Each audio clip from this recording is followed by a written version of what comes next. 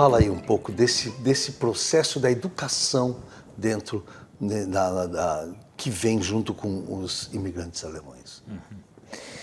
Berno, olha, é uma grande alegria e satisfação poder entabular aí uma conversação contigo. E nesse mural aí que vocês estão construindo, bem, a educação, ela sempre mexeu muito com a responsabilidade paterna e materna dos nossos antepassados. Então logo aportaram aqui São Leopoldo, depois Picada Café, os meus, por exemplo, foram em direção a Lajeado, interior de Lajeado, então Stork, Kern, Renner, são os meus antepassados. E a gente sabe que no primeiro e no segundo impérios, nós tivemos a proibição, digamos assim, do estabelecimento de uma igreja física. Então a igreja católica era a igreja oficial e as outras não existiam. Ou se quisessem existir, poderiam existir, mas sem a visibilidade da cruz, do sino e por aí afora. E aí, logicamente, nessa imagem de sempre buscar o melhor para os seus filhos, as comunidades se organizaram na construção da escola. E durante a semana, como você mesmo disse, o mais letrado, aquele que sabia um pouco mais, se tornava o professor durante a semana. E no final de semana, a comunidade cristã, a comunidade evangélica, luterana, se reunia nessas escolas. E aí, as escolas iam do primeiro ano primário até o quinto ano primário. E aí depois encerrava. Às vezes na mesma sala, né? Na mesma sala, fila sim. do primeiro, segundo, E o terceiro. professor era chamado unidocente. Era docente em tudo, né? Em todas as turmas. Eu experimentei isso. No interior de Eu Lajeado, conheci um professor desse, professor Diesel. Diesel. Ele foi professor assim. O meu primeiro era o Clovis Neer, que foi pastor e hoje já falecido. Mas Clovis Neer foi o meu primeiro professor unidocente, me acompanhou nas séries iniciais. E ele se tornou, na minha vida, uma grande imagem. Se a gente olha no espelho retrovisor da nossa vida, a gente encontra algumas figuras centrais. Sim. E ele é uma das figuras centrais que eu vejo no meu espelho retrovisor. Olha que legal. Depois ele foi pastor, mas depois teve um Gressler, que era então também um professor unidocente até o quinto ano. E depois do quinto ano se dizia, der ist aus die Schule gekommen. Ele saiu da escola e não tinha mais escola. Ou tínhamos que ir do interior, lá de Forquitinha para Lajeado, onde havia uma grande escola, o Alberto Torres. Algumas escolas, mas como ir até lá? Era uma quilometragem de 22 quilômetros. Aos poucos essas escolas foram se transformando como também no ginásio e depois no colegial e assim por diante. Mas só para dizer assim, sempre se lutou muito, o Estado pouco fez, ou quase nada fez, mas a sociedade civil, a sociedade cultural se organizava para primar por aquilo que ela considerava importante, valores e princípios, sobretudo culturais. E felizmente nós tivemos esse privilégio de trilhar por essas escolas e por isso que a gente está aqui. Senão seríamos o quê? E tem uma coisa assim, né? Eu sempre que alguém me pergunta, eu digo, olha, existem escolas privadas, existem escolas públicas, existem escolas comunitárias. Essas escolas são escolas comunitárias, elas não são privadas, elas não têm um proprietário.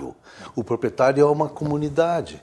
Ela é, no caso dessas escolas, de comunidade vinculado às igrejas e de descendentes alemães, mas ela poderia ser de qualquer outra etnia, de qualquer outra igreja, escolas comunitárias, que é um belo conceito, né? Sim. É um conceito superior à ideia do privado e da responsabilidade do Estado. Eu acho superior esse conceito. É bem isso, porque as escolas comunitárias, a maior parte das escolas da rede sinodal são comunitárias. São chamadas de privadas, mas são comunitárias. Porque existe um conselho escolar, um coletivo, que define as grandes políticas dessas escolas, como é o caso Que engloba os pais. da Fundação Evangélica, onde você trabalhou, no Colégio Sinodal, onde você estudou, até hoje. Engloba os pais, engloba ex-alunos, que têm participação nas definições das grandes linhas da escola, né? E também na própria avaliação da administração, se é esse o caminho ou não esse caminho, um outro caminho, que define as grandes políticas. Sim, é bem isso. Então não existe o dono da escola, como existem escolas no Brasil, as privadas mesmo, cujos donos, existem donos que vivem disso, investem e auspiram, digamos, colocam para si, né? Colocam para si os valores ganhos pecuniariamente falando. Sim, tem lucro, né? Tem Tem lucro lucro, para o proprietário. No nosso o caso, que é legítimo, é uma empresa. legítimo. É uma empresa, então O ele vai ter nosso lucro. resultado financeiro, ele tem que ser totalmente reaplicado. Isso é interessante, né? é. Isso é legal. Isso enlouquece o diretor. Eu acho que deixa o diretor que tem o mesmo senso contente, porque vê que até o lucro tem lucro na qualidade da educação e na possibilidade para aqueles que não têm condições possam ter bolsa para estudar com aqueles que pagam, que aqueles que têm melhores condições.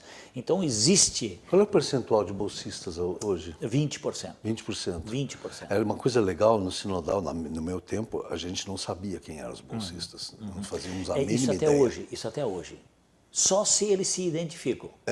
E como não tinha naquela época, não havia uniforme, porque o Stahlsmith não gostava de uniformes, mas não tinha esse negócio do tênis, de boutique, não sei o quê, então todo mundo se vestia mais ou menos igual. Quando eu fui professor, os pais dos alunos com bolsa pediram uniforme, porque não conseguiam competir com as roupas que os filhos queriam ter igual aos colegas. Sim. Então a gente trouxe, na época do professor Salé, Sim. trouxe, e tanto o Stahlsmith quanto o Salé eram contra os uniformes, né? Então não queriam saber do jeito, mas tinha que optar. Não sei se o Sinodal agora tem uniforme. Bem, eu acho que tinha um conceito meio militar atrás disso. Pode ser. Antes, o uniforme antes. Antes tinha, por isso que havia essa negação isso. do... Hoje nós temos uniforme por uma questão de segurança. Sim, para identificação. Identificação, olha, de repente um aluno tal, do Colégio Sinodal, isso está numa situação X ou Y, vamos ajudar, né? Isso. Mas nós não temos uniforme, nós temos multiforme. Ele é variado, ele é colorido, ele é alegre. E onde o aluno diz, eu quero esta blusa, eu quero... Olha que eu quero esta bermuda. legal isso. Então ele escolhe, juntamente com os seus pais, né, digamos, o seu uniforme, mas a partir de um multiforme, então é colorido. Ali, a cor do... Extremamente contemporâneo, isso é muito legal. E a cor é branco, né, a cor é branca e verde, né, do Sinodal, mas tem vermelho, tem laranja, tem azul, cinza. Né? Que legal. Fica colorido. Eu devo vou conduzir algumas perguntas, então, sobre uma perspectiva pessoal, já que eu estudei na escola Sinodal, na época chamava Colégio Sinodal, ainda chama Colégio Sinodal, onde o Ivan é diretor. Uma coisa muito importante para mim sempre foi, e depois quando eu lecionei, sempre que eu dou palestras por aí, foi que o Sinodal tinha um grande cardápio de atividades extracurriculares. E eu costumava dizer, assim, ainda muito jovem, eu dizia assim, isso diferencia uma escola da outra. A possibilidade de você fazer, e não de uma forma que a escola apenas tolera, mas de uma forma que a escola participava e incentivava. Nós chegávamos a montar 4 peças de teatro no ano, eu cantava no coral, tinha gente que fazia, as equipes de atletismo, tinha um departamento de ecologia, em 75, o Hackbart fez, nem se falava de ecologia, e tinha várias outras coisas. Você podia fazer aeromodelismo, se quisesse, mas tudo era levado a sério, e a escola apoiava o nosso trabalho. Esse tipo de coisa vai dando ao aluno uma espécie de observação em várias coisas que ele está em dúvida, né? Uma pessoa com 14, 15 anos é pedir demais para ela escolher o que ela vai fazer nos próximos 60. E a gente bisbilhotava, eu digo sempre, bisbilhotava essa atividade, aquela atividade. Como é que tu vê isso? Eu estou te dando um depoimento da importância que isso teve para mim. Eu comecei no atletismo e terminei no teatro, porque eu experimentei tudo. Eu adorava cantar, mas eu pude experimentar. Mas essas são as bases do Sinodal até hoje. Digamos, o que nós fizemos? Nós temos um projeto pedagógico totalmente descortinado. Descortinado. Se a gente for lá para Howard Gardner, ele vai dizer assim, olha, o ser humano tem 8 a 9 inteligências. E o que a escola tem que fazer? Desenvolver todas as inteligências. Nós desenvolvemos todas as inteligências. Para o quê? Para estar preparado para agora e daqui a pouco. Daqui a pouco alguém pergunta assim, bom, mas o que adianta estudar isso aqui? Porque a gente não sabe o que vai por aí. Olha, se você desenvolver todas as inteligências, venha o que vier, você vai estar preparado. Então, por exemplo, inteligência linguística. Tem que ter o quê? Nós temos o alemão, temos o espanhol e temos o inglês. O aluno sai com proficiência de 2 a 3 línguas estrangeiras. Aí nós temos o TOEFL, o exame, nós temos o Deutsche Sprachdiplom 1, Deutsche Sprachdiplom 2, e nós temos, estamos fechando agora com Cervantes a questão do espanhol. Nós temos que deixar o jovem preparado para enfrentar as coisas do mundo e também para completar as aspirações daquilo que ele quer. Né? Então, esse é o processo sinodal, a questão do teatro, não só grupo de teatro, nós temos aula de teatro.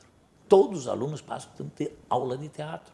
E a partir das aulas ali vão sendo montadas as esquetes, vão sendo escritos os textos, assim como você teve experiência, como professor, são criadas as peças. E depois na rede é criada uma tese, que é do ensino médio, da intese, que é do fundamental. Então os alunos, hoje de manhã eu passei na área aberta, os alunos encenando, um grupo ensinando isso, ali na área aberta, o outro se comunicando. Eu disse, o que você está? Nós estamos seguindo um texto aqui de teatro, isso, aquilo, que a gente montou, já vamos apresentar. Então vivem o teatro. Na música, nós temos 190 alunos que tocam 13 instrumentos diferentes. 13 instrumentos diferentes. Nós tivemos um concerto nesses dias com 150 alunos tocando. Desde os bem pequenos, lá no violinozinho, lá, método Suzuki, não sabe ler nenhuma nota, mas já pelo ouvido. E vão indo, e vão junto. Os pequenos eles tocam, os outros tocam, daqui a pouco os pequenos entram de novo. Música, o esporte. Então você falou do atletismo, do vôlei, do basquete, do judô, do futsal. Mas no vôlei, por exemplo, se nós olhamos a seleção brasileira de vôlei masculino, o líbero, número 17, é Thales Ross. Ele é um guri que começou na educação infantil do colégio, terminou o 3º ano do ensino médio. Foi eleito ano passado o melhor líbero do mundo. Então, esporte. Ou também oportuniza para que ele saia para os Estados Unidos, para uma universidade, através do esporte, Sim. Em vez de precisar pagar 30, 40 mil dólares, paga nada ou paga alguma coisa. Né? Então, o esporte abre muito. Então, linguagens, eu falei do esporte, falei da música. Bem, aí nós podemos falar sobre a questão da história, da geografia. Então, tem encontros como Sinodal Mundi, Sinos Mundi. Grandes debates de grupos que representam países diferentes sobre um tema e uma problemática X colocada pelos alunos. Eles mesmos coordenando com a coordenação dos dos professores e com os alunos. É sensacional isso, porque Então pega um temário X, tal, bem, os representantes da Guatemala, o que tem a dizer? Os representantes da Itália, da Alemanha, o que tem a dizer? E aí vem o debate, mas bem organizado, né? E com bom fundamento. sim, Só para citar quatro. Porque esse fundamento vem justamente do currículo, Exatamente. do currículo tradicional, Isso. que é nunca negligenciado, Nunca. que é uma coisa que a gente precisa, inclusive perante o Ministério é Com necessário. certeza. E o número de horas-aula por semana, ele é grande. E nós temos, assim, as escolas têm ali na base de 25, 26, 28 horas-aula, nós temos 36, 38, 40 horas-aula. Ah, é? Isso do ensino médio. Isso significa 2 anos a mais do que os outros. Quando eles vão para um vestibular ou vão para uma prova do Enem ou qualquer outro simulado, é um diferencial. Por exemplo, língua estrangeira. Língua estrangeira, não adianta 1, 2 aulas. 1, 2 aulas é para início de qualquer coisa. Mas se coloca 3, 4, bem, aí o resultado é diferente. Um treino de vôlei, de basquete, com 5 treinos por semana é uma coisa. Eu me lembro a força que tinha o esporte, assim como na parte que eu depois já estava me dedicando mais, que o teatro, a gente ensaiava o tempo todo. Exato. E antes da estreia, a escola liberava a quinta e a sexta desde manhã para a gente ensaiar. Mas para assim, a gente não ficar aqui fazendo um grande comercial para o Sinodal, vamos falar da rede toda, então. Tá certo, sem problema. Porque assim como o Sinodal, há várias escolas que algumas delas não desenvolvem tanto esse lado, né? Eu acho que o Sinodal é top disso aí, mas pertence à mesma rede e tem o mesmo tipo de orientação pedagógica, né? Sim. E isso aí, como nós temos um produto desses? Eu acho que tem muito. Eu vou falar durante uns segundos, porque eu fiz um trabalho há 3 anos, na época dos 500 anos de Lutero, nós fizemos alguns vídeos, e eu insisti muito, vídeos sobre o legado de Lutero. Eu disse: nós temos, o centro do legado é a educação. O centro é a educação universal para meninas e meninos, e gratuito, né? Esse era uma grande campanha do Lutero. E conseguiu, e nós chegamos num ponto em que isso o mundo não concebe de outra forma. É claro que tem que ter, né? Tá, com certeza. Nós temos uma rede, e a nossa rede tem ao redor de 50 escolas. Escolas do Rio Grande do Sul, sobremaneira, mas Santa Catarina também bastante, Paraná, São Paulo e Mato Grosso.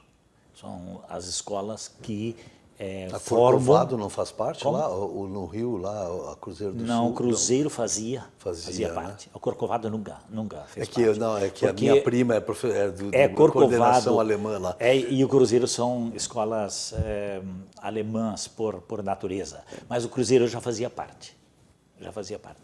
Mas então, nós temos uma organização que reúne durante o ano todos os diretores para discutir as questões afim. Nós temos encontro de todos os professores de estudos sociais, se reúnem, os de matemática se reúnem, de química, de física, de biologia, de educação física, se reúnem e trocam ideias e definem caminhos comuns, digamos, pedagogicamente falando. Nós também subvencionamos e mantemos a coordenação para termos um diretor executivo e termos uma coordenadora pedagógica e termos um staff daí para a rede toda. Para a rede toda, mas num lugar só, né? Agora o professor Ruben Goldman é ainda o diretor executivo, né? E é o que acontece? Algumas questões precisam ser amarradas, né? Pedagogicamente falando, mas também do lado administrativo e tudo mais. O mundo muda muito, muito né? rapidamente. Muito rapidamente. E também viagens que nós fizemos para visitar escolas, por exemplo, como na Alemanha nós já fomos, né, para visitar escolas, um grupo de diretores, ou não foi através da nossa rede, mas foi através do Cinep, nós fomos visitar escolas em Jerusalém, em Israel. Jerusalém e toda Israel, né? Então, isso amplia os horizontes. As experiências existem. E no momento que a gente consegue somar essas experiências, a nossa experiência, aí a gente consegue oxigenar e melhorar e avançar. Então, isto é algo que se quer muito através da rede. Nós temos a Olimpíada Nacional de Esporte, do vôlei, do basquete, e também do atletismo, do xadrez. Nós temos a Olimpíada dos Jogos Coletivos, né? E nós temos o encontro de música, o encontro de teatro, eu já citei antes. Então, isso é dos alunos, e assim nós temos também dos professores e dos diretores, para que a caminhada seja mais ou menos comum, né, respeitando essa história e projetando o seu futuro. Mas a gente percebe que isto é cada vez mais necessário. Durante a pandemia, esse trabalho teve uma queda. Eu ia perguntar isso agora, como durante a pandemia o Colégio Sinodal também ficou online. Online. Nós fizemos o seguinte, terça-feira, dia 17 de março, nós definimos... 17 de março. Era o dia que eu ia para São Paulo para começar uma série. Esse foi o dia do não, né? Não, né? Então, nós paramos as aulas e daí na terça, quarta, quinta, sexta, sábado preparamos os professores para na segunda já começar. Segunda-feira começamos as aulas. Onde não sabia como seria isso, aquilo, mas, orientações e começamos. Durante esse tempo, quem sabe você quer perguntar, qual foi o lado positivo e negativo disso? Sim, claro, eu quero saber isso. Então o positivo foi, digamos, a tecnologia que teve que ser instalada na escola e também nas casas. Tá? Nós tivemos assim, aqueles alunos que realmente aproveitaram e estudaram, apesar disso tudo. Né? E outros também, como sempre tem, se atiraram nas cordas. Mas então, estavam atirados antes, provavelmente. Né? Com certeza, ou tinham pelo menos a vocação para isso. Né? Mas aí o que aconteceu? Na volta, aí sim, na presencialidade, o professor novamente viu, olha, esse aqui não aproveitou, esse aqui aproveitou. Então agora nós estamos, neste ano, tentando equalizar pedagogicamente, para que nós possamos ter novamente aquele aluno que saiu para a pandemia. Né? Para nós termos novamente esse aluno, em todos os sentidos. Então, o trabalho realmente incansável está sendo, não só no Sinodal, mas em todas as escolas da rede e também de outras escolas que eu sei, é o grande problema. Tudo aquilo que eu falei das atividades extracurriculares não houve durante a pandemia. Tudo exatamente. Faltando. Né? Isso. Esportes, cultura, música, tudo faltando. Exatamente. Né? Eu agradeço muito, tenho que terminar aqui, estão fazendo sinais de voz para mim, de que eu preciso terminar a nossa conversa. Eu queria continuar conversando mais tempo, porque existem outras coisas para perguntar sobre política educacional, sobre vários momentos que a gente vive com política educacional no Brasil, os que a gente viveu recentemente, os que a gente viveu há mais tempo e os próximos. Mas aí eu queria assumir um compromisso da gente se encontrar de novo. Fica à sua disposição. Pode ser? Mas olha, maior alegria. Olha só, ele acabou de prometer. Então, nós estaremos aqui mais uma vez com Ivan Renner e é um prazer muito grande, uma honra entrevistá-lo. E a vocês que gostaram desse programa, não percam o próximo 11 de Família.